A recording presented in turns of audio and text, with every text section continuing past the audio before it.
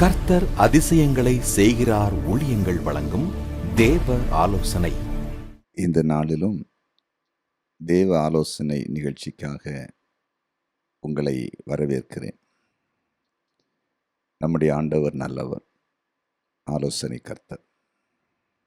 அவர் நமக்கு நல்ல ஆலோசனைகளை கொடுத்து நல்வழியில் நம்மை நடக்க வைத்து அதன் மூலமாய் நமக்கு ஆசீர்வாதங்களை கொடுக்கிறவர்.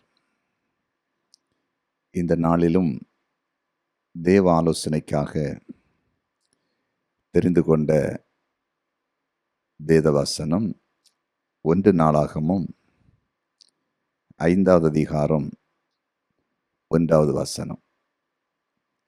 1 நாளாகமம் 5வது அதிகாரம் 1வது வசனம்.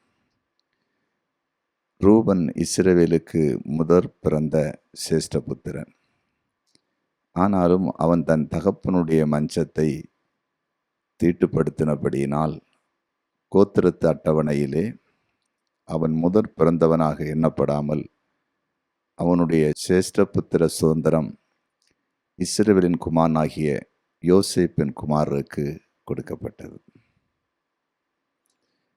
இந்த தேவ ஆலோசனையின் தலைப்பு சேஷ்டபுத்திர பாகத்தை இழந்துவிடக்கூடாது. சேஷ்டபுத்திர பாகத்தை இழந்துவிடக்கூடாது. இந்த வசனத்திலே நமக்கு ஆழமான ஒரு சத்தியம் எழுதப்பட்டிருக்கிறது.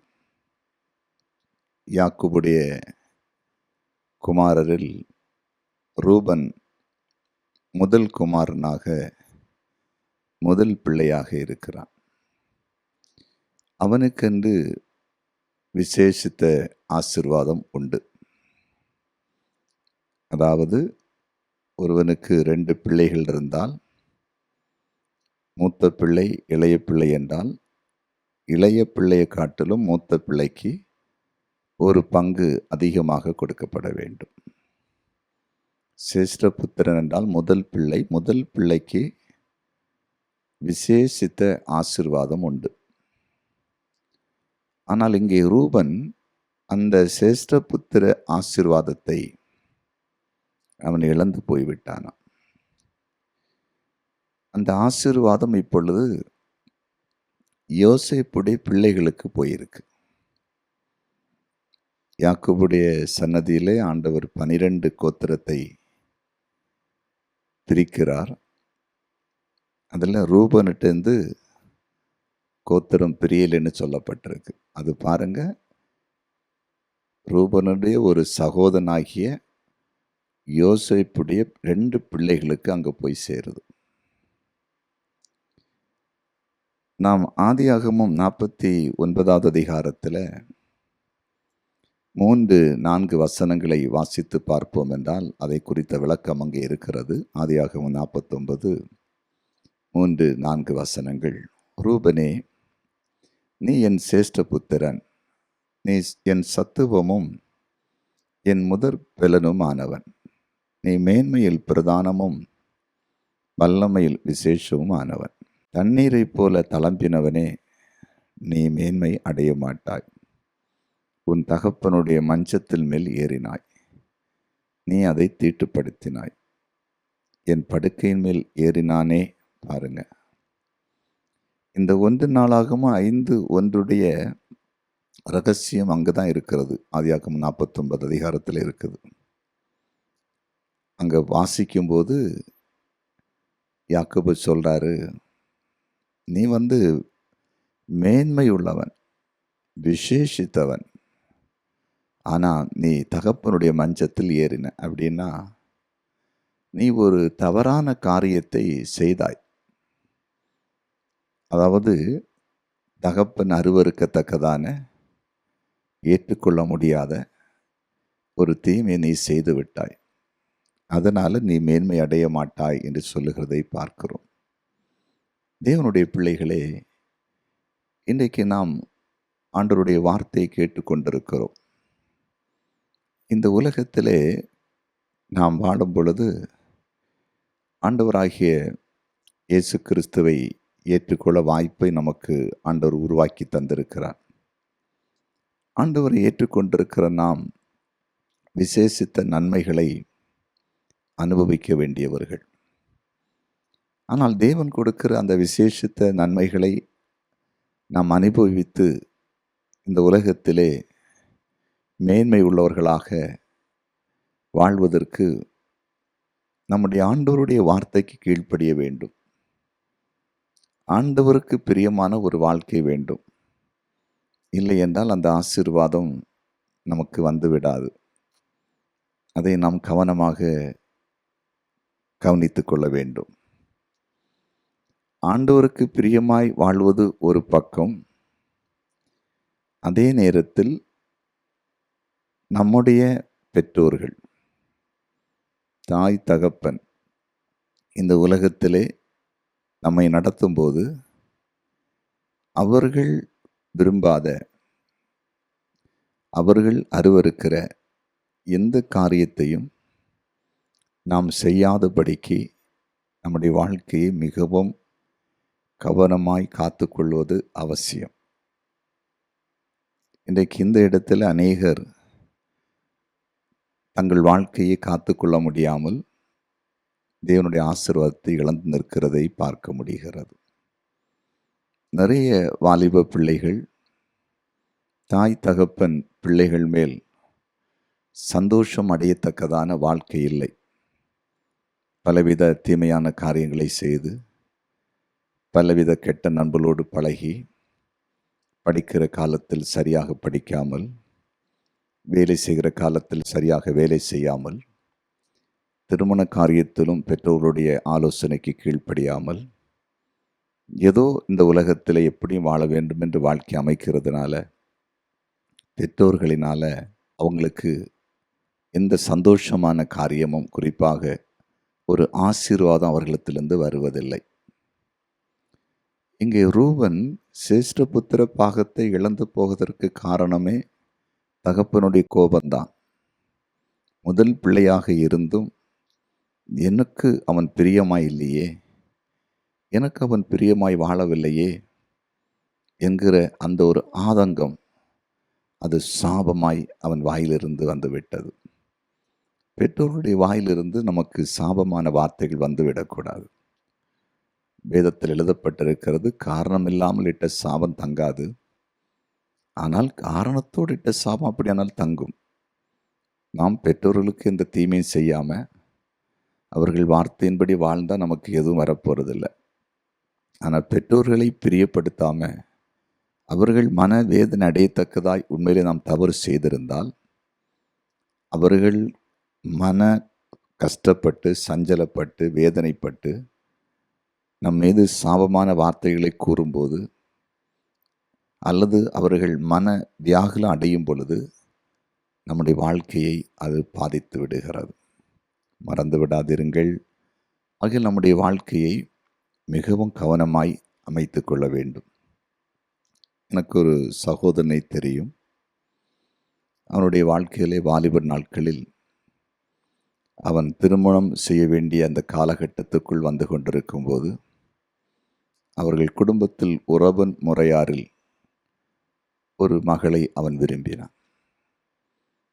ஆனால் பெற்றோர்களுக்கு அது விருப்பமில்லை. ஏனென்று சொன்னால், முதலாவது அது குடும்பத்துக்குள் உறவன் முறையில் பார்க்கும்போது ஒரு தூரத்து சொந்தத்தில் முறைக்கு ஒரு மகள் முறை வருகிறது. அவர்களுடைய சித்தப்பா பெரியப்பா அந்த பிள்ளைகளுடைய முறையிலே பார்க்கும்போது ரொம்ப தூரமாக இல்லை, ஒரு குறிப்பிட்ட அளவுக்கு பக்கத்தில் அவங்க பார்க்கும்போது அது ரொம்ப பிரச்சனைக்குரியதாக இருந்தது. அப்போ அவங்க சொன்னாங்க, இது நமக்கு சரி வராது, ஆண்டவருக்கு பிரியமில்லாத காரியம் என்று சொல்லி அதை எடுத்து சொன்ன பிறகும் புரியாமல் 2 பேருமே கடைசியாக வீட்டை விட்டு வெளியேறி திருமணம் செய்து கொண்டார்கள். ஒரு சில வருடங்கள் நன்றாக இருந்ததை போல் இருந்தது. அதன் பிறகு அவங்க வாழ்க்கையில் ரொம்ப பாதிப்புகளை சந்தித்து வேதனைக்குள்ளாக இன்றைக்கு அந்த குடும்பம் இருப்பதை பார்க்க முடிகிறது. எல்லா விஷயத்திலும் வியாதி, பிசாசின் போராட்டம், பண நெருக்கடி, 2 பிள்ளைகள் பிறந்தது. பிள்ளைகள் கீழ்ப்படியவில்லை. அந்த குடும்பமே இன்றைக்கு அழிந்து போகிற ஒரு நிலைக்கு நேராக இருக்கிறது. காரணம் என்ன தெரியுமா? பெற்றோர்கள் அதை விளக்கி சொன்னார்கள். இது நம்முடைய ஊர் வழக்கத்தின்படி, நம்முடைய கோத்திரத்தின் வழக்கத்தின்படி இது சரியில்லாத காரியம். சமுதாயம் இதை ஏற்றுக்கொள்ள முடியாது என்று சொன்னப்போ அதை அங்கீகரிக்கவில்லை. அதனால் அது ஒரு சாபமாய் மாறினது. நீங்கள் வேதத்தை வாசித்து பார்த்த ஆண்டவர் நிறைய முறைமைகளை நமக்கு சொல்லி கொடுத்திருக்கிறார். திருமண விஷயத்தில் கூட யார் யாரோடு நாம் சம்பந்தம் கலக்க வேண்டும், எல்லா முறைகளையும் ஆண்டவர், நீங்கள் லேவியராக புஸ்தகத்தில் போய் வாசித்தா அது எல்லாவற்றையும் ஆண்டவர் நமக்கு எழுதி கொடுத்திருக்கிறார். மறந்து விடாதீங்க. கர்த்தருடைய பிள்ளைகளாகிய நாம், கர்த்தரை அறிந்திருக்கிற நாம், நம்முடைய வாழ்க்கையை நம்முடைய பெற்றோர்கள் சில நல்ல ஆலோசனைகளை கொடுத்து நடத்தும் பொழுது அதை ஏற்றுக்கொண்டு வாழ்ந்து சேஷ்ட புத்திர பாகத்தை இழக்கக்கூடாது. நம்முடைய பிள்ளைகளுக்கு வருகிற ஆசீர்வாதத்தை, நம்முடைய அடுத்த தலைமுறைக்கு வருகிற ஆசீர்வாதத்தை இழந்து விடக்கூடாது. நீங்கள் வேதத்தை வாசித்து பார்த்தீங்கன்னா, ஆதியாகமம் 25வது அதிகாரத்தில் 31 முதல் அதன் 34 வசனத்தை வாசிக்கும்போது பாருங்க. அப்பொழுது யாக்கோபு, உன் சேஷ்டபுத்திர பாகத்தை இன்று எனக்கு விட்டு போடு என்றான்.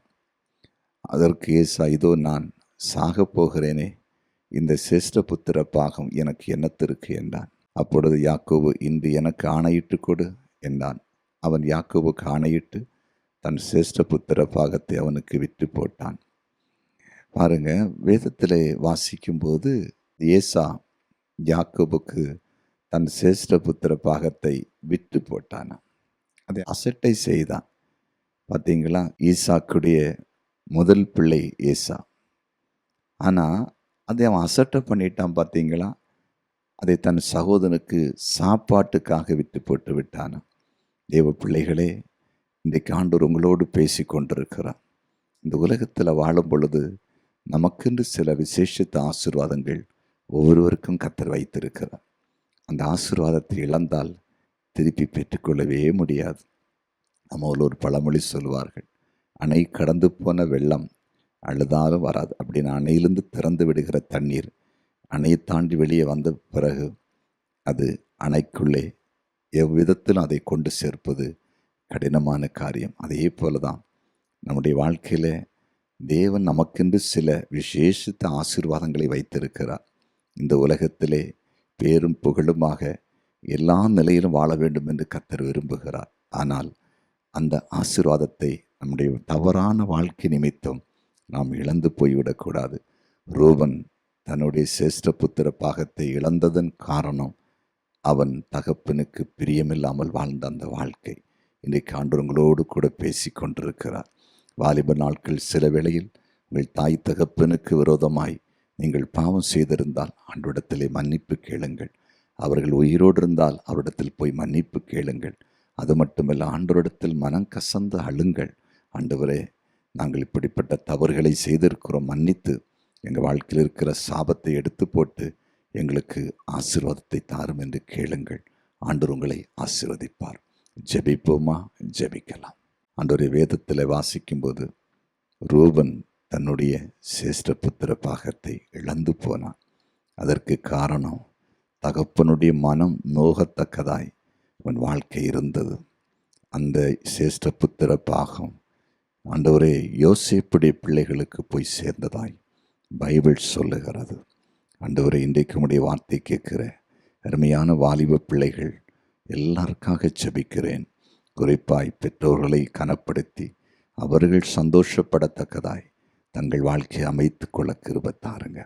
அதே போல் ஆண்டவரை, இன்றைக்கு இந்த செய்தியை கேட்கிற அன்பு சகோதர சகோதரிகள், தாய் தகப்பன்மார்கள் கடந்த காலங்களில் பெற்றோர்களை மீறி அவர்கள் வேதனைப்படத்தக்கதாய் அல்லது அவர்கள் சாபமான வார்த்தை கூறத்தக்கதாய் ஏதாவது செய்திருப்பார்னு சொன்னால் மன்னித்து மன இறங்கி ஆசீர்வாதத்தை கொடுங்க. இவருடைய சன்னதிகளெல்லாம் ஆசீர்வாதமாய் இருக்கட்டும் என்று உம்முடைய ஊழியக்காரன் ஜெபிக்கிறேன். நீர் ஜெபத்தை கேட்டு நன்றி.